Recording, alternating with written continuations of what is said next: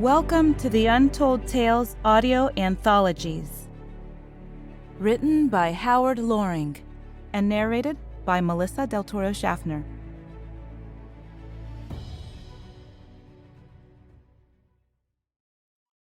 Reversing Gravity, or the Dual Nature of Everything.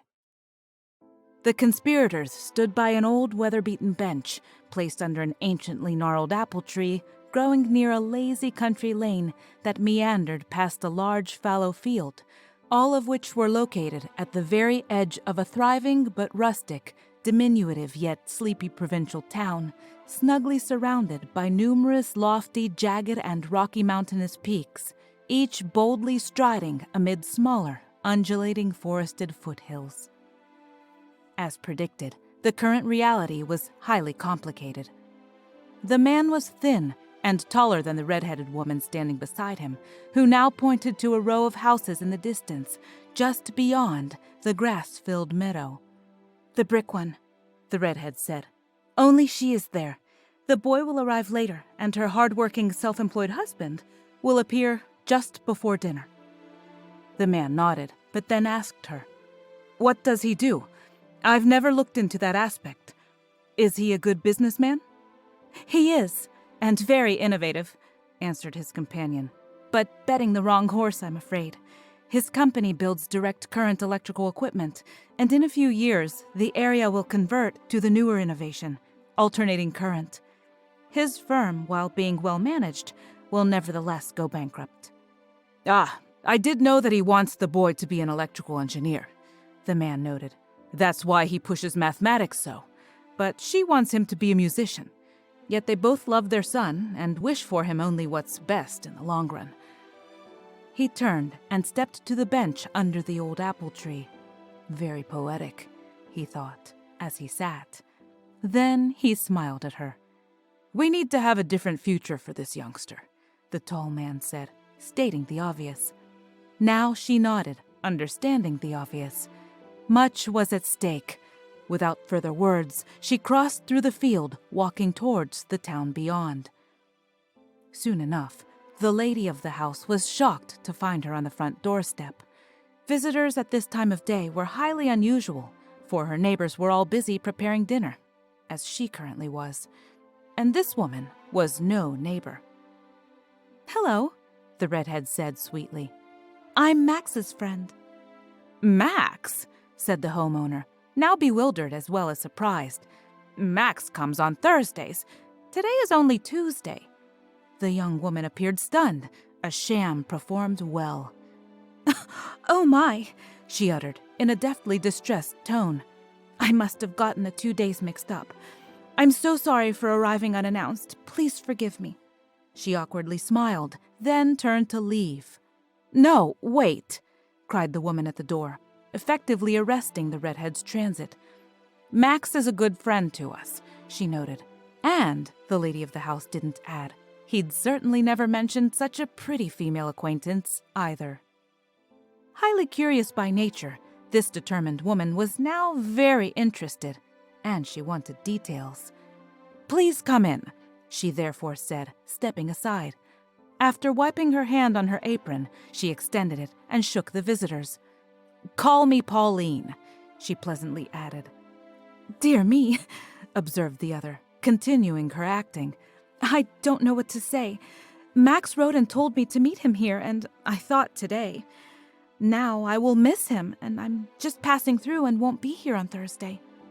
"Poor child," said the housewife. "Let's go to the kitchen and I'll fetch you some tea. You can tell me all about it as I make dinner." "But I cannot possibly intrude and delay you," the young woman answered, still flawlessly playing her part. "Oh no, Pauline, I shall be on my way, but thank you. Please just inform Max of my silly confusion regarding the dates." "Nonsense," stiffly replied Pauline, who still wished answers. "For you shall stay and dine with us, and Max will be the loser, not yourself or my family. True, we all admire him and are pleased for his keen interest in our son, but he's not here today. No matter, for my boys will want to meet a friend of his, regardless."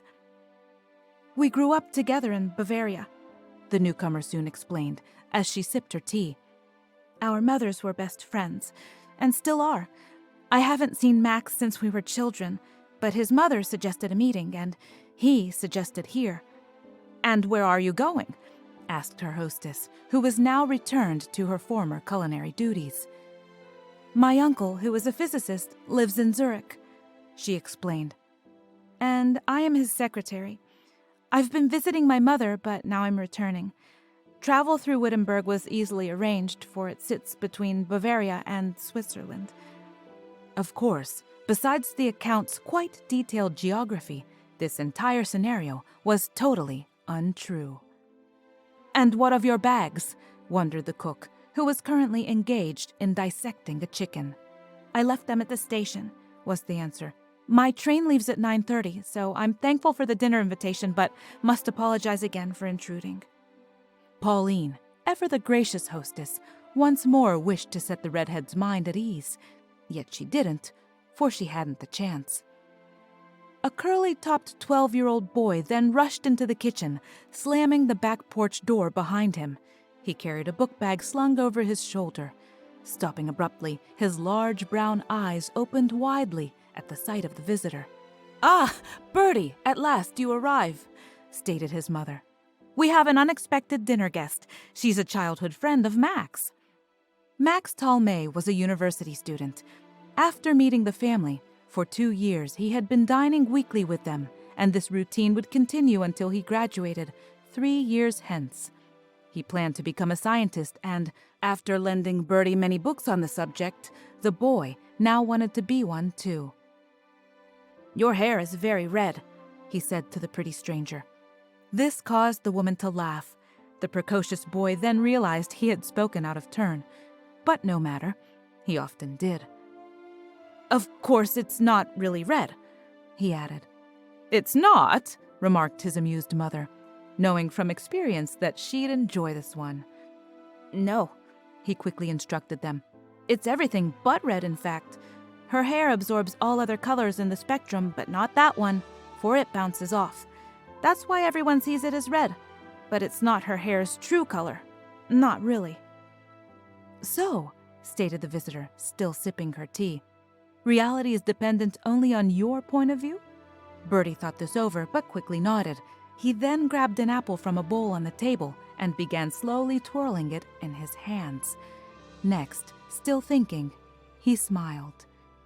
"What you should be seeing," his mother admonished, "is your instrument. You have sufficient time to practice before we eat, and don't spoil your appetite." Soon, scratchy scales were emanating from a distant violin. About an hour later, the man of the house finally arrived. During introductions, he insisted the visitor call him by name, Herman. Then, dinner was served. "Bertie, how was school today?" Herman asked his son, who answered him with, "Boring." This observation was ignored. Bertie, he knew, was easily bored. Yet his father also knew the boy did enjoy certain subjects. "And how's your math coming?" was the next question. "Fine," was the droll reply. "But it's getting harder, not easier." "Perhaps you should concentrate more on music," observed his mother, seeing an opening to press her preference. Still, her current concern did deal with mathematics. Given the unexpected company, an extra division of chicken had occurred in the dumplings with a proportional and equal addition of dough. "But music is also hard for me," Bertie commented, yet all too sadly. Then he laughed aloud, unable to hold his affected, stricken demeanor. Then they all laughed. "Is your uncle really a physicist?" Bertie asked the newcomer. "Yes," she answered. "Are you interested in physics?" "I want to be a scientist," he declared without hesitation. And then he added, "Physics is fun, but you need to know math. I'm really not that good with numbers." "That's nonsense," scoffed his incredulous father. "Your ranking in mathematics is always above excellent." "But it's hard for me," the boy said again, seriously this time. "Nonsense," Herman repeated. "You simply need to apply yourself. I've told you this many times." No one spoke for a moment, and there was an awkward silence. Then Herman asked the dinner guest, "Is this not so? Does your uncle not apply himself? And does he not enjoy it, being paid for something he likes to do?" All eyes at the table then turned to the red-headed visitor.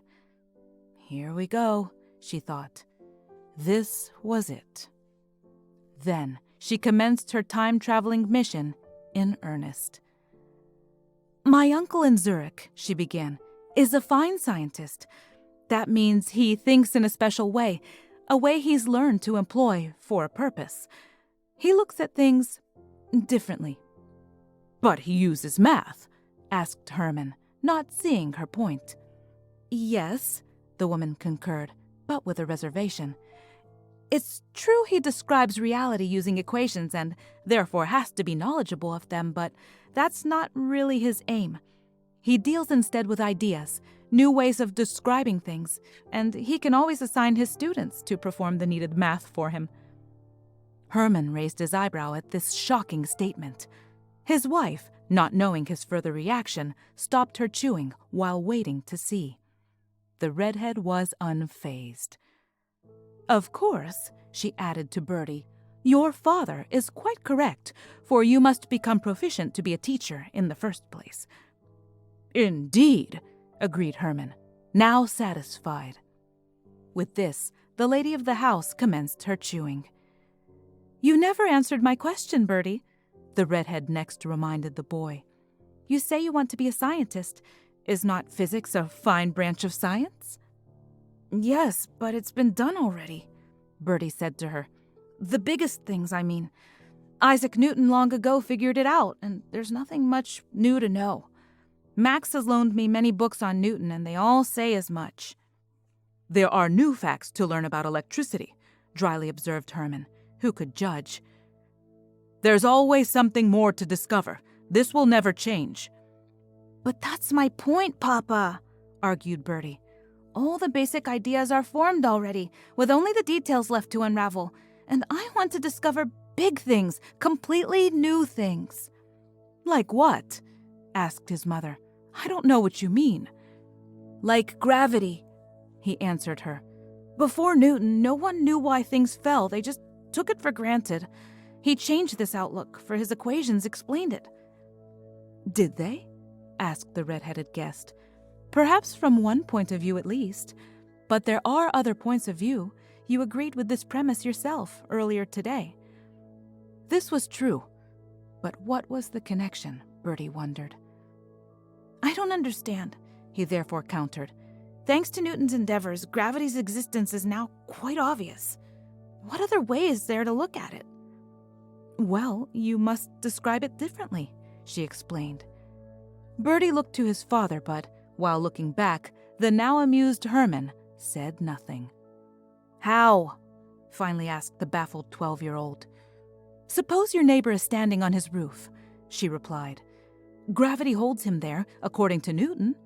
There is a simple equation of his to describe this, yes?" "Certainly," agreed Bertie. "And he also states that an unmoving object remains at rest unless some outside force acts upon it. And there's an equation for that, too." "Suppose he steps off the roof," she asked. "What occurs then?" "Why, he falls," said Pauline. "Even I know this." "But how does he change?" The redhead countered her while looking directly at the boy. "Describe what happens to him, using the terms of physics, I mean." "The force of gravity," explained Bertie, "pulls at his mass until its effect is negated by the ground's mass, and Newton's equations describe this condition also." "So, he moves?" she probed. "Why, of course," laughed Herman. "That's a direct observation that anyone may easily see." "But there are ever two ways of looking at things," she responded. "Your vaulted math elegantly demonstrates this very point. They're called equations because they equate." After this declaration, Herman raised both his eyebrows. "Oh, dear," said the woman of the house. "You've lost me now." The redhead smiled at her hostess. Pauline, a talented pianist, knew nothing of science. Yet she was intelligent, and the point involved wasn't that ephemeral. It's simple, her guest related. For in any equation, something always equals something else, and each side is just a different way of describing the identical concept. 2 plus 2 equals 3 plus 1. Both are the same thing. Oh, I do see, answered Pauline. Now Herman smiled, his eyebrows no longer raised. Motion is the greater part of physics, is it not? The redhead next asked the curly-headed boy. He nodded, for it was so. Newton's law, she continued, presupposes downward motion, for that's exactly what gravity does. It pulls something down.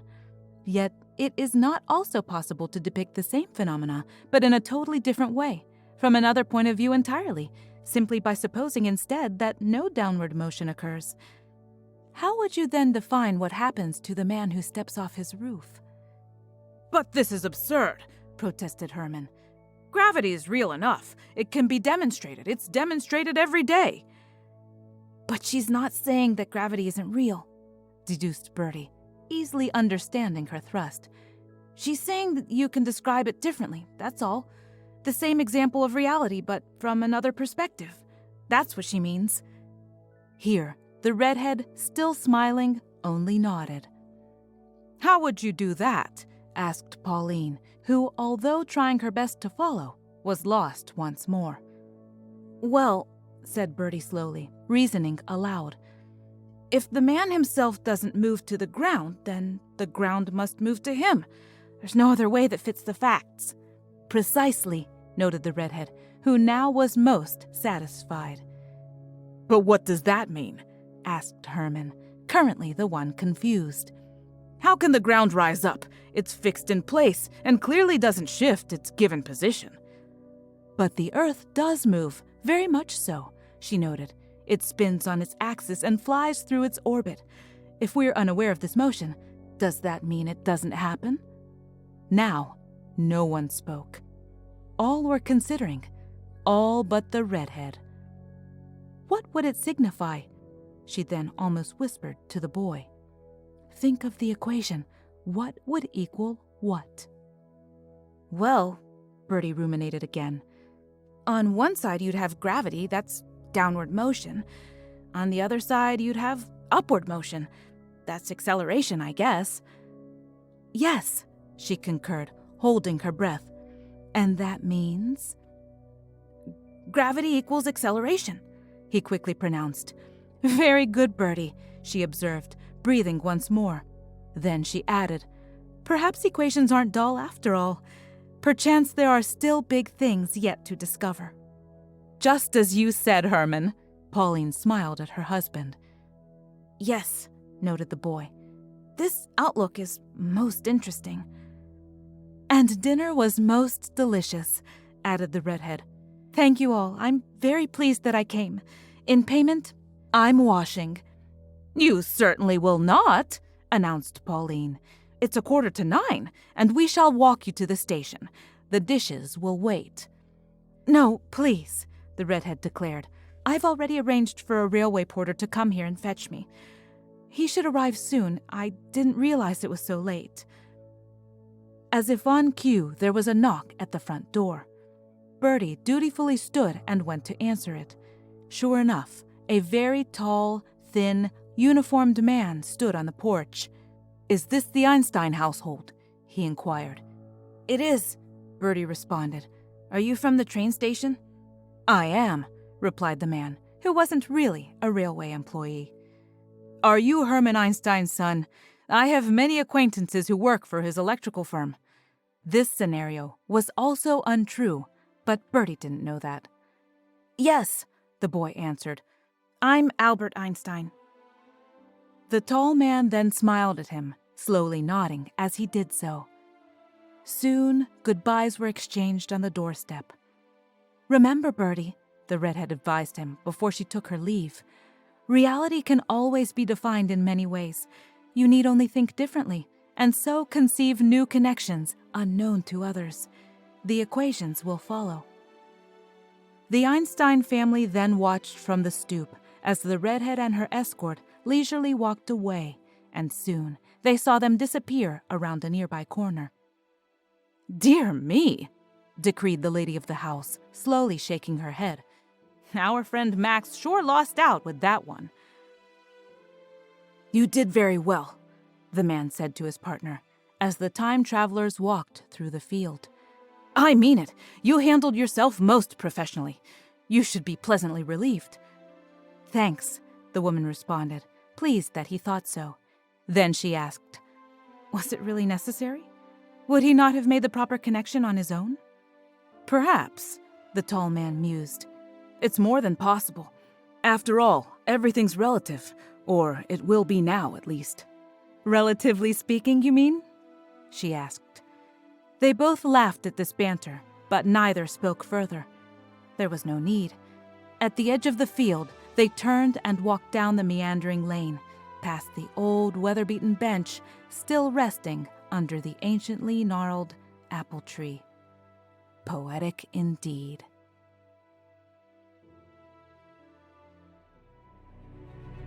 Thank you for listening.